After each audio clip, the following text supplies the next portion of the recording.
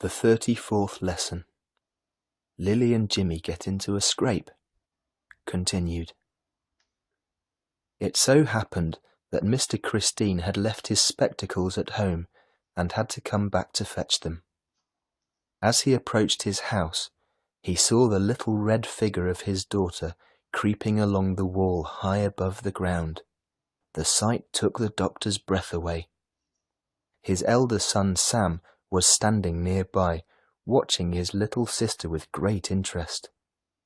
The boy did not see his father, who was peeping from around the corner of the house. Mr. Christine waited until Lily was safe on the ground, and then he ran up to her and scolded her as he had never scolded her before.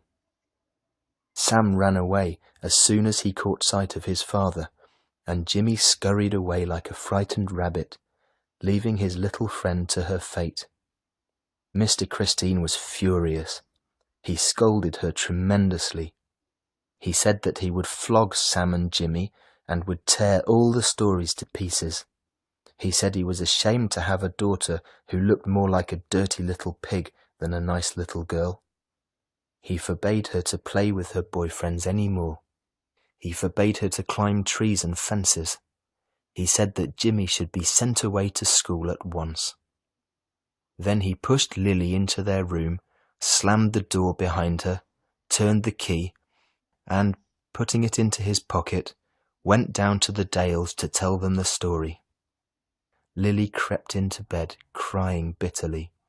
She felt very miserable. It began to rain. The house was still.